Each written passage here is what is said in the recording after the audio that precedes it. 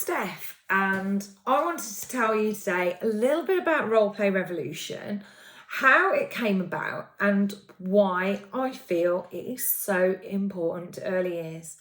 So I'll start from the beginning. We went to a play centre and I took my two children and they absolutely loved it. On the way home, I crashed out, they were in the car, I was alone with my thoughts, and I'd witnessed this little girl in the kitchen area with her mum. And they'd had the following conversation. It went a little bit like this, perhaps not word for word, but you get the gist. So the little girl had said to her mum, "Mummy, would you like a cup of tea?" And the mum had said, "Yeah, I'd love a cup of tea." So the little girl went off, she went to the kitchen area and she said, turned to her mummy and she said, "Would you like some sugar?" And her mum had said, "Yeah." And then she'd said, "Would you like some milk?" And her mum had said, "Oh, yes, please, I'd like some milk too. I'd like 2 sugars and milk." So the little girl went off back to the kitchen and she's there stirring away with this cup of tea.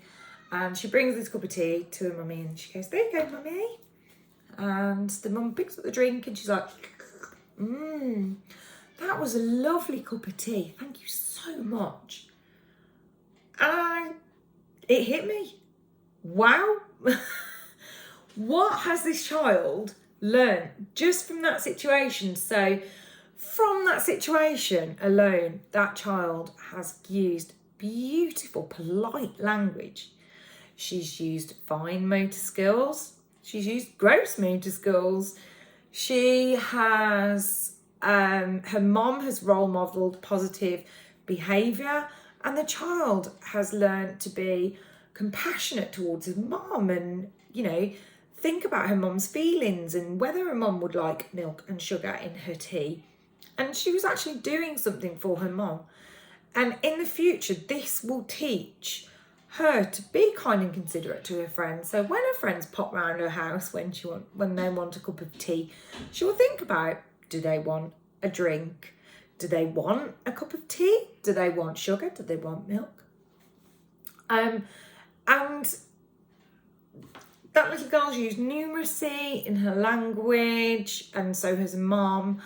And I just thought, wow, this was 100% natural learning. It wasn't from anywhere, it wasn't set, it was completely child initiated. And, the child had picked that area, they chose what they wanted to do, and they were just role playing something that they'd witnessed at home. And the language between the two of them was just beautiful. And on the way home, got in the car, and I sat there and I thought, this is what I want in my nursery every single day. Let's be honest, in the world today, we have lost a little bit of our please and thank yous, and some of the politeness has gone away, and I definitely want to bring that back. I'm very proud of the fact that, my little boy, well, both of them actually, because my youngest has just started really coming on with his speech now, and he always goes, "Thanks." But my eldest, he always says thank you, and he'll normally say, "Thank you for doing X, Y, and Z." So it might be, "Thank you for cooking my dinner, mummy," or it might be, "Thank you for setting up this activity for me, mummy." And it makes me really proud because I realise that I've role modelled that to him, and so have my family and friends, and at nursery he's learnt that. He's learnt to be really polite little boy, and that is lovely. What is nicer than a little child saying, "Thank you for doing that for me"? It's really nice, and it sets them up for the future. And I think with role play, despite their age, despite their ability, it is something that they can get involved in on different levels. It's something that they can develop as they get older, as their ability increases. They want to get involved in it from an extremely young age. It allows the children to mimic what they've seen in the world around them. It allows them to copy their parents, their practitioners, their grandparents, other role models that are in their life. And as an adult, we have a responsibility to role model positive behaviour, positive, rich, nourishing language that children can then pick up on and reuse not only within their play, but in real life situations. And once an activity, a role play activity, has been set up for a child, the child can run away with that then. And that can be whatever they want. It might start off as a restaurant, but it might very quickly become their kitchen at home. And that child's imagination will just run. It will just allow it to be whatever they want it to be. It can help them with every single skill available. You know, if they're pretending they're running a marathon, for example, then they're using their gross motor skills because they're running. If they're doing something like cooking or digging, then they're using their fine motor skills. And practitioners can have a role in this, and parents can have a role in this, and so can grandparents, and they can help create scenarios that they've seen children do or that they think their children might be involved in, and they can have a go at this. And particularly at the moment, the world is a very different place now with coronavirus. It is completely, you know, we are in lockdown at the moment, you know, and we have got some children that may not have ever been to the hairdressers. Like, what is a hairdresser's? Unless they've played hairdressers with their mum at home or dad at home or, you know, grandparents or whoever they're staying with, you know, they will have no clue what it is like to set foot in a hairdresser's at the moment. What is it like? What are they going to experience? Things like sounds like the clippers, sounds of the scissors, you know, the noises, the smells. They won't have experienced any of that.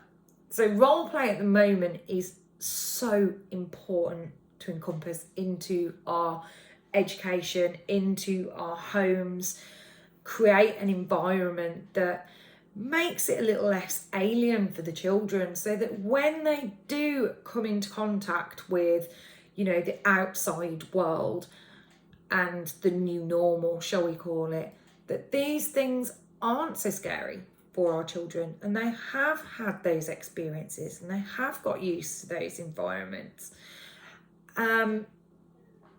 And it makes learning so much more fun. You know yourself, if you haven't had a tea party with a child, or you've been in the garden and you've been doing some digging and you've been doing some gardening with the child. And it helps them to prepare for the future and put them in scenarios that they might not have experienced yet, or they haven't experienced for some time. So yeah, going back and sort of how it then transferred into the nursery life. On my way home, this was all knocking around in my brain, and I was thinking about how beautiful this child's language was. And I'd watched other children and their learning and the things that they'd done, and my children and what they'd been learning. And it was so lovely that I needed this. I needed this in nursery. I wanted the children to experience everything that had gone on today at nursery. This was my new curriculum. This was my new goal, to have these experiences for the children and to make the environment stimulating, to make it interesting, intriguing. And that's what I did. And I am so fortunate that my husband is a joiner, and he is brilliant at putting my ideas into, thank you, Ben, into motion. So when I doodle him a picture of anything, he can then off he go and he can make it, which is brilliant. So our first baby was an American diner.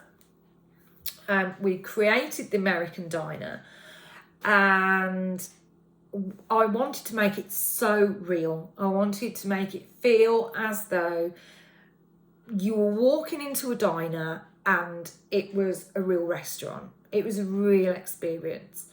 A little bit of honesty here. One of the things that I wanted to encompass is my child can be extremely unruly when he goes out to eat.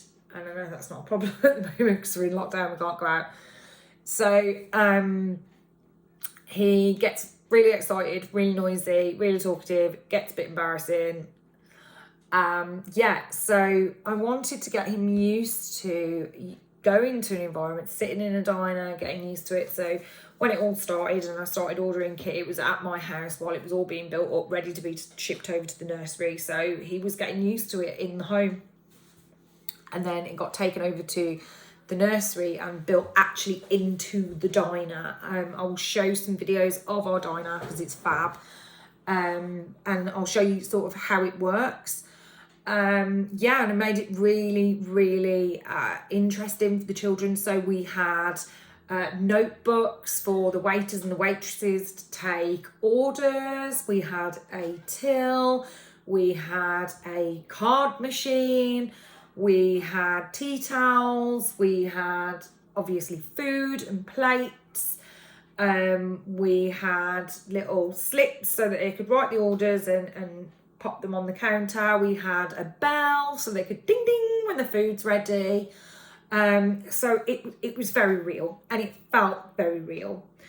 And then we went one step further because one thing that I wanted to concentrate on was lunchtime at nursery. And we wanted to make lunchtime a really positive experience because let's be honest, when you go out for a meal with your friends or your family or co-workers, then it is a very positive, happy time. You can have discussions and you can chit chat and you can talk and you eat.